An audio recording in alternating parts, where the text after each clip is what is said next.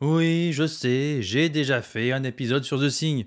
Mais si j'avais en ma possession une DeLorean, je retournerais voir le croisé qui a osé pondre cette vidéo dégueulasse de 8 minutes pour lui gifler les couilles. Et quelle honte! Heureusement pour vous, le croisé de 2024 a acquis suffisamment d'expérience pour cette fois-ci vous parler du chef-d'œuvre de Carpenter avec le fond, la forme et putain mais et vachement moins de cheveux aussi. Mais fais chier, merde! Si notre première incursion dans l'univers de The Thing se contentait de fouler la neige en surface, cette fois-ci, non, hein, là on va gratter, on va creuser en profondeur. Maman! Oui, ça te rappelle ta daronne, je sais, mais calme-toi. Hein. On va donc descendre dans les entrailles du film, déchiffrer chaque détail de production, partager chaque anecdote inédite, et autant vous l'annoncer mes louloutes, ça va être dégueulasse. Tout en étant génial, hein, mais quand même bien dégueulasse. Femme, qu'est-ce que t'en penses? C'est dégueulasse! Voilà.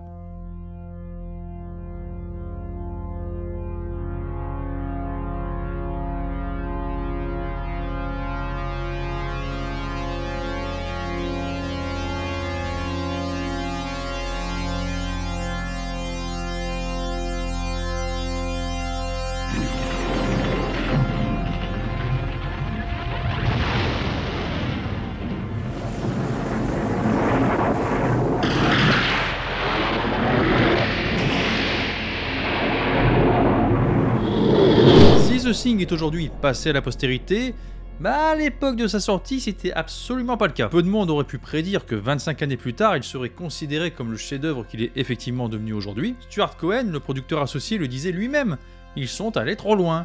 Et quand on va trop loin, ça finit bien souvent dans la douleur.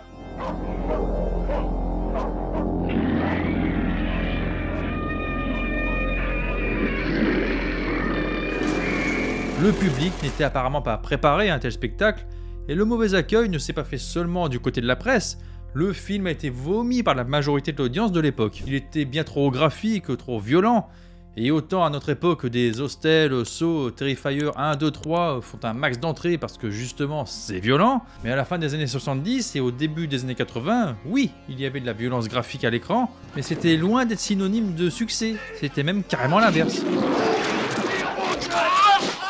Et dans le même temps, t'as une saloperie qui a décidé de radiner son boule d'alien bouffeur de Skittles pour terroriser une pauvre Drew Barrymore de 5 ans et demi. Mais tu m'étonnes qu'elle ait fini en cure de désintox 20 ans après ça. Putain, ça c'est violent. Alors que dans The Thing, oui, il y a une créature alien, oui, elle est moche, et oui, elle répand des entrailles contre les murs, mais si tu regardes bien, elle s'en prend à des drogués, à des alcooliques, à des chiens dangereux, à des noirs. Alors qui c'est le vrai méchant dans l'histoire, Steven? Moi je pense que la question elle est vite répondue. Bon, on se le cache pas, à la sortie du métrage, le public s'attendait surtout à un slasher du type Halloween, du même réalisateur d'ailleurs, et il ne s'attendait pas à recevoir des bassines de gore en pleine gueule. Mais moi, quand j'ai vu ce film pour la première fois, Verhoeven et Ridley Scott m'avaient pris mon innocence. Je vous rassure, hein, mon cul va très bien, mais mon mental, bercé par du Robocop, Les Griffes de la Nuit ou Brain Dead, en a pris un sacré coup quand même. The Thing, à ce moment-là, pour moi, c'était simplement la suite logique. J'ai pris une gigantesque baffe aller-retour plus ricochet dans les couilles, et je suis persuadé que la plupart d'entre vous ont pris la même rincée. Oui, même les femmes, hein. Je sais pas ce qui vous fait dire. Chut, ta gueule, c'est moi qui parle. Il y a énormément de films qui sont directement inspirés de The Thing, que ça soit dans le mélange des genres, dans la conception des effets pratiques, et il est probablement aussi le précurseur du body horror tel qu'on le connaît aujourd'hui. Et là tu te demandes probablement, mais Rémi, qu'est-ce que c'est-il donc quoi le body horror? Eh bien je connais quelqu'un qui se souvient de sa propre naissance et qui est fasciné par ce genre depuis ce sanglant événement. Et vous savez quoi? On va l'appeler tout de suite.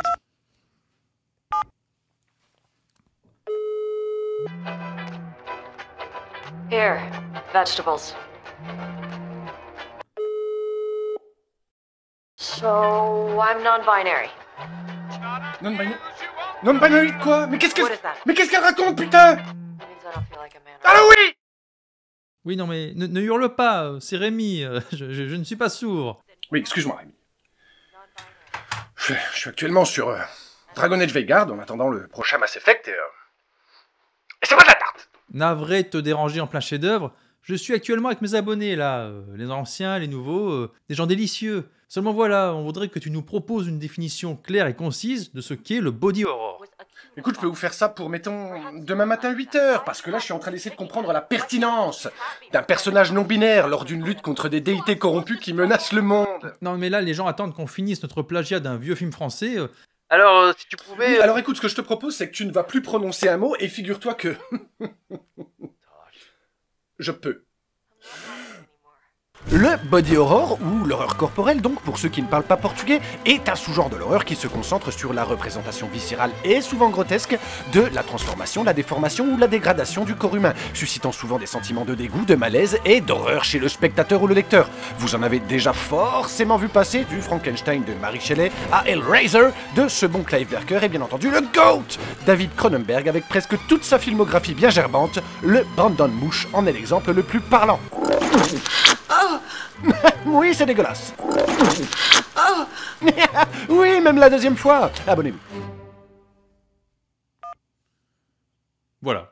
Et si le film survit encore aujourd'hui après tant d'années, c'est parce qu'il est authentique. Le producteur associé Stuart Cohen a fait découvrir la nouvelle Who Goes There durant leurs années d'études dans le cinéma à John Carpenter. Et ça a vaguement dû se passer comme ça.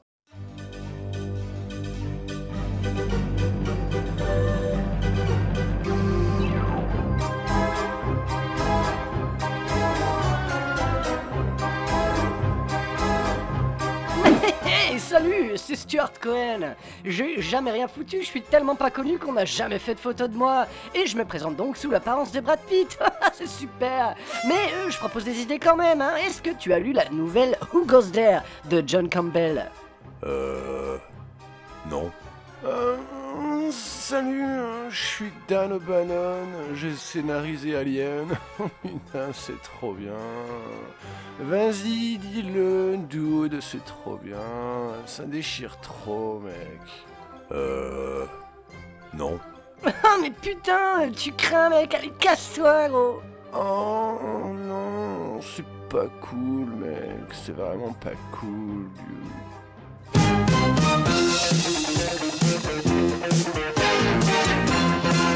Et c'est sans doute après cette rencontre pleine d'énergie que l'idée d'adapter la nouvelle de Campbell est restée dans la tête du producteur durant des années. Il y a bien eu une adaptation en 1951, mais on est plus sur de l'inspiration que de l'adaptation.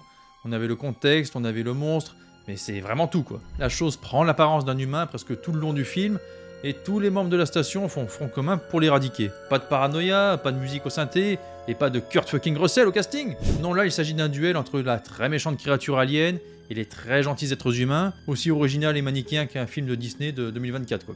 Tiens, ça c'est cadeau.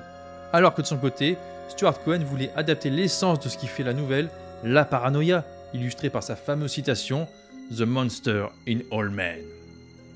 Ouais, il est bon, hein. Et rappelez-vous bien qu'à l'époque, John Carpenter c'était qu'un nom dans l'annuaire, hein, comme Michael Myers. Le gars n'était absolument personne. Et le studio Universal était vachement plus chaud à l'idée d'engager un réalisateur qui, réalise du coup. Et suite au succès de Massacre à la tronçonneuse et Poltergeist, leur attention s'est portée sur un certain Toby Hooper. Parce que dans l'art, c'est quand même ça le plus important, hein. Culé. Bonjour, Monsieur Hooper, ici Dieu. Mais appelez-moi Universal Studio. Nous vous avons placé sur Terre pour une chose bien précise.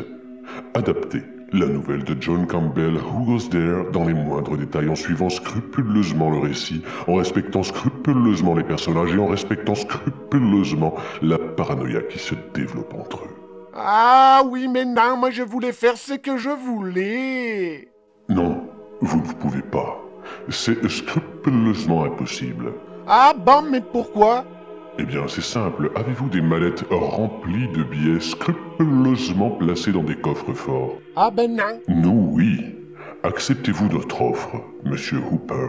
Ah ben non, je crois que je m'en bats les couilles alors. Et le problème c'était ça. Aucun script proposé ne respectait la nouvelle de Campbell. Tout le monde voulait faire ça à sa sauce, donc rien ne fonctionnait. Et finalement, plus personne n'était intéressé par le projet. Et là, il arriva.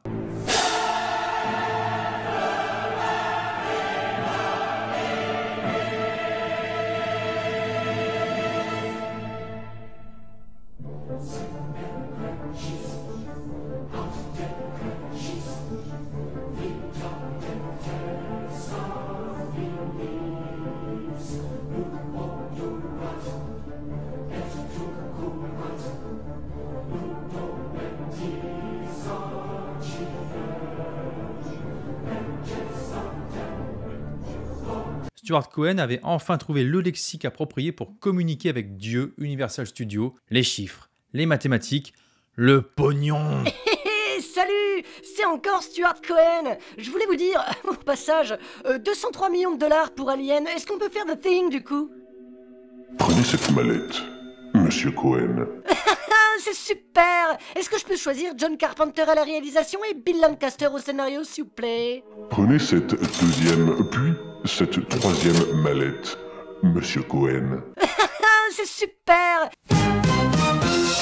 Stuart retenta sa chance avec Carpenter, parce que c'est bien connu, quand ça passe pas la première fois, soit tu craches, soit tu forces un peu, et on ne crache pas sur Carpenter. Voilà, la sainte trinité d'Hollywood était réunie, et un an plus tard, le scénario complet respectant enfin la nouvelle était sur la table, et ça a donné le film que tout le monde connaît. Un casting mythique, des effets spéciaux révolutionnaires, et Ennio Morricone. Non, je te stoppe tout de suite parce qu'il y a vraiment un truc qui commence à me râper les noix sur internet, c'est qu'on dit pas, par exemple, l'harcèlement, on dit bien le harcèlement, on dit pas Unreal Engine, on dit bien Unreal Engine, et on dit certainement pas Ennio Morricone, mais bien Ennio Morricone. Ennio Morricone. Ah, ancora una volta, ma adesso vorrei sentire la musica delle parole. Ennio Morricone. Bravo! Bon, Ennio Morricone, le compositeur légendaire, quand il a reçu le premier coup de fil, il a juste répondu « Mais non, j'en ai rien à foutre. Vous voyez le grand Ennio Morricone dans une vulgaire film d'horreur per i bambini? Ma no, vaffanculo !» Mais je rappelle que Stuart Cohen, ça fait plusieurs années qu'il se bat pour l'avoir son film. Et pour le moment, il a eu tout ce qu'il voulait, sauf Ennio Morricone. Donc oui, il s'acharne jusqu'au point où il est allé jusqu'à Rome pour le supplier, et pour le motiver un peu, il lui a montré une première ébauche du film très préliminaire, sans les effets et sans les scènes en extérieur. Le gars n'a pas le temps en fait. Mais l'italien, c'est têtu en fait, hein. Donc non, il a refusé. Encore. Et Cohen aussi est têtu. Donc il est revenu. Encore. Mais avec Carpenter dans la valise. Et là... Ma no, adesso basta, te l'ho detto che non me ne frega un cazzo del tuo film di merda. Hé, non mais tu verras, c'est super! Vas-y John, montre ce que t'as composé à l'autre suceur de spaghetti. Ok. Oh, che bello, bellissimo. Ok, d'accordo, americano di merda, lo facciamo. Hé, non mais putain, je le savais! C'est super! Je suis Stuart Cohen. Voilà, en gros, c'est comme ça que ça s'est fait, mais Carpenter et Morricone ne se sont pas taillés des pipes dès le premier soir, en fait. Parce que figurez-vous que Carpenter aussi, c'est un musicien. Et lui, son truc, c'est de faire les musiques de ses propres films. Et pour The Thing, il voulait quelque chose de très atmosphérique, alors que Morricone, de son côté, avait dans l'idée de mélanger l'électronique et l'orchestral. Et ils se sont vite rendus compte que les deux styles n'étaient absolument pas incompatibles.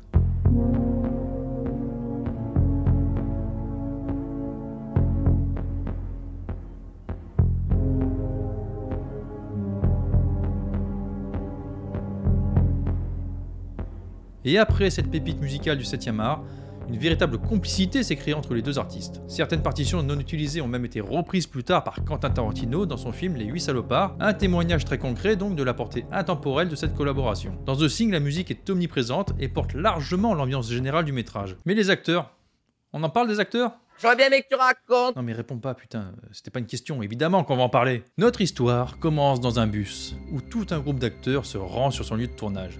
Les conditions climatiques sont épouvantables, et le bus se retrouve bloqué sur une montagne durant une tempête de neige. Mais heureusement, le leadership d'un certain Kurt Russell et le soutien mutuel des membres du groupe ont permis à l'équipe de ne pas céder à la panique et au cannibalisme, et de s'en sortir indemne pour aller bosser en fait. Bon, on ne saura jamais si cette anecdote de tournage est réelle ou non, vu que rien n'est vraiment documenté dessus. Par contre oui, l'équipe a dû évoluer dans des conditions climatiques épouvantables et avec un sentiment d'isolement assez désagréable. Le groupe s'est donc naturellement et réellement soudé, ce qui donne la sensation aux spectateurs d'avoir une véritable équipe de chercheurs dont les membres se connaissent depuis longtemps. Le scénario de The Thing, écrit par Bill Lancaster, privilégie la montée progressive de la paranoïa au sein d'un groupe d'hommes rongés par l'ennui plutôt que des scientifiques absorbés par leur travail. Les mecs s'emmerdent clairement. Certains regardent des émissions moisies en boucle sur des vieilles VHS pendant que d'autres jouent de la guitare en fumant des gros joints, alors que Kurt Russell de son côté s'amuse à perdre aux échecs en enchaînant les verres de whisky bas de gamme. Il y a donc déjà un sentiment de désespoir qui plane au sein de cette station, Et en laissant une grande liberté aux acteurs, John Carpenter a su instaurer un côté froid et réaliste d'entrée de jeu. Les personnages, leur histoire et leur motivation n'ont pas besoin de 18 préquels et 4 saisons sur 10 ans pour qu'on apprenne à les connaître. Tout est expliqué par leurs activités, leurs interactions les uns envers les autres. On comprend dès le début par exemple que Gary est plutôt le leader du groupe. Bon, c'est vrai qu'un flingue dans la poche, ça aide vachement pour se faire respecter. Noz, avec son tablier, est vite perçu comme le cuisinier du groupe et se met vite en retrait après l'apparition de la créature. On comprend donc qu'il est simplement sur la station pour faire la tambouille et qu'il n'a aucune expérience au combat et qu'il n'a rien d'un scientifique. Clark est un amoureux des animaux, Blair est le médecin pragmatique, Windows l'opérateur radio-râleur, blablabla. En gros, oui, tout est dit en 10 minutes d'exposition et leur véritable caractère, comme dans la réalité, explosera lorsqu'ils seront confrontés à un stress intense. Et bordel, du stress, va y en avoir, hein. Aussi bien pour eux que pour nous. Blair, par exemple, le scientifique pragmatique, je disais, une fois que le danger est révélé, pragmatisme plus contagion incontrôlée égale butons tout le monde pour être sûr. Niveau pragmatisme, on est bien. Je vais vous tuer! Le stress associé à ce trait de caractère fait que finalement il devient dangereux pour tout le groupe. Mais nous, il y a un truc qu'on sait. C'est qu'on ne sait pas. Quand on y réfléchit, peut-être que Blair est le premier infecté et que la créature joue le jeu de celui qui pète un câble en détruisant tous les moyens de transport et les communications, coupant ainsi tout échappatoire aux autres. Et subtilement, le réalisateur détourne l'attention du spectateur sur la véritable identité de la bestiole. C'est tout le concept du film, la paranoïa. Pour le groupe évidemment, mais pour le spectateur aussi. D'ailleurs, Blair est finalement affecté, mais depuis quand? Comment? Au tout début, comme je viens de le dire, dans la remise, on ne sait pas, hein. Et c'est très bien comme ça. Ce sont ces dilemmes psychologiques, son ambiance suffocante, et sa représentation subtile de la peur collective qui font de lui un chef-d'œuvre intemporel. On prend plaisir à revoir le métrage encore et encore pour savoir dans quel ordre se répand l'infection entre les protagonistes, qui bluffe ou pas, et c'est paradoxal parce que le film a floppé en grande partie à cause de son ambiguïté, alors qu'aujourd'hui, chaque seconde de scénario est surexpliqué, surinterprété, sûr que ça me casse les couilles, alors que The Thing est valorisé depuis par son absence d'explication. Regardez, en 2011, visiblement on ressentait déjà le besoin de faire un préquel, et on s'en bat les couilles de savoir ce qui est arrivé aux Norvégiens. Merci, maintenant je sais qu'un monstre numérique dégueulasse a déjà décimé une autre station avant de venir faire chier ma crédit. Et putain, mais ça me saoule, parce que vous êtes fous. Pourquoi vous foutez un monstre numérique dégueulasse, des explosions, et l'intérieur sur fond vert du vaisseau enfoui sous la glace? Mais bordel, pourquoi? Pourquoi cette hache est là? Parce que... Pourquoi le mec a la gorge tranchée? Voilà. Et finalement, qu'est-ce qu'il y avait dans ce bloc de glace? Et qu'est-ce que c'est que cette merde? En fait...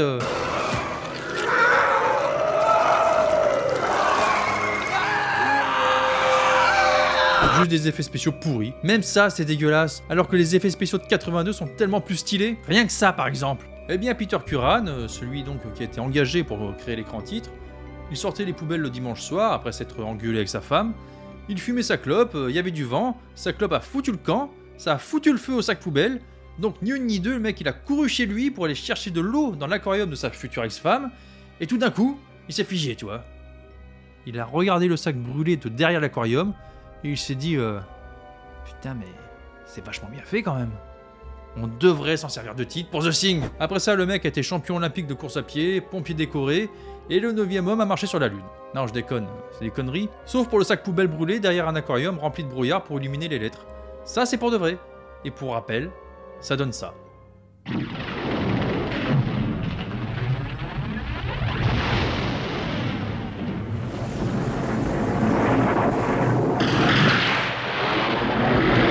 le vois différemment quand tu sais le merdier qu'il a fallu pour le faire. C'est cadeau.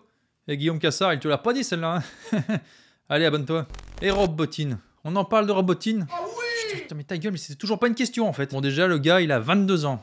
On est à la limite du nourrisson. Donc il était sur le pot la semaine dernière, mais il a quand même été engagé pour les effets pratiques du film. Et il est tellement sûr de lui, le jeune, que tout de suite, il refuse les méthodes de son époque. C'est-à-dire les joueurs de la NBA en costume comme dans Alien. Et oui, Alien c'est bien cool, mais on le voit bien que c'est un Jean-Bernard déguisé. Non, le gosse il veut innover. Il est pas pyromane, et il n'aime pas les poissons. Il est plutôt sur des hectolitres de lubrifiant rouge, et de la mousse en latex bien toxique, et des marionnettes, et des animatroniques. Enfin, le gars est motivé, quoi. La scène du défibrillateur, par exemple, c'est un chef-d'œuvre de motivation. Rob Bottin, cherchant à intensifier la tension du script original, a conçu une séquence où le thorax de Norris, simulé par un corps mécanique, s'ouvre en une mâchoire qui dévore les bras du médecin Cooper, joué par une doublure portant des gants verts pour le futur traitement numérique, et pas du tout. Ils ont simplement engagé un type amputé qui porte un masque très réaliste de l'acteur qui joue Cooper. Tu vois, ça c'est un masque, et ça, c'est l'absence de branlette jusqu'à la fin de tes jours. Quant à l'abomination qui suit, un hybride grotesque au trait de Norris, Elle s'élève grâce à des câbles équipés d'une tête animée par une tripotée de techniciens. Et la fameuse tête araignée des enfers, en fait, ils ont décapité l'acteur, ils ont mis sa tête sur une pique. Non.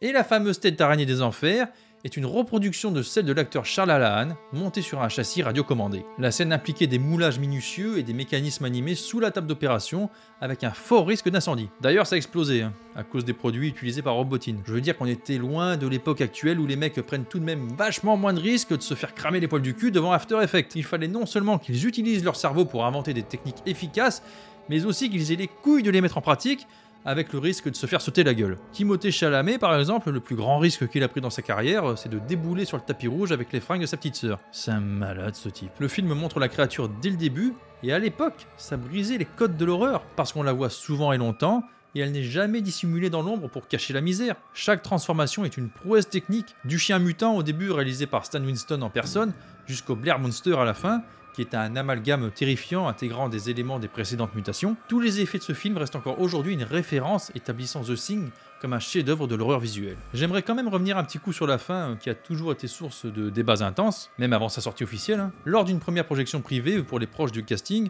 une adolescente de 14 ans a interrogé John Carpenter sur l'identité des personnages à la fin. Il lui a répondu que cela dépendait de son imagination, une réponse qui l'a frustré. Cette anecdote illustre bien l'ambiguïté volontaire que Carpenter a voulu préserver. Et des théories, y en a, un paquet. Est-ce que c'est MacReady? Est-ce que c'est Childs? Est-ce que c'est les deux? Est-ce que c'est aucun? Tirons à pile ou face.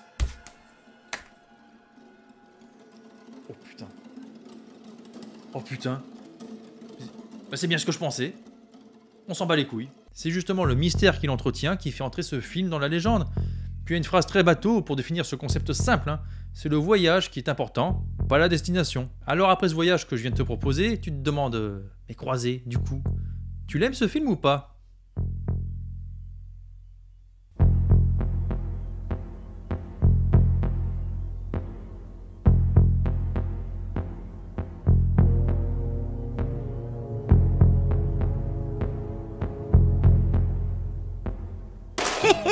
Merci d'être resté jusqu'à la fin de l'épisode. Putain, c'est super. Est-ce que tu sais qui je suis? Non, mais est-ce que tu sais qui je suis? Je suis Stuart Cohen. Tu sais que tu peux t'abonner en cliquant juste là, ou alors regarder des épisodes géniaux en cliquant juste là, ou juste là. C'est super. Putain, tout le monde est déjà parti, c'est ça? Ouais. Je suis tellement seul. Je suis tellement seul. Je suis Stuart Cohen.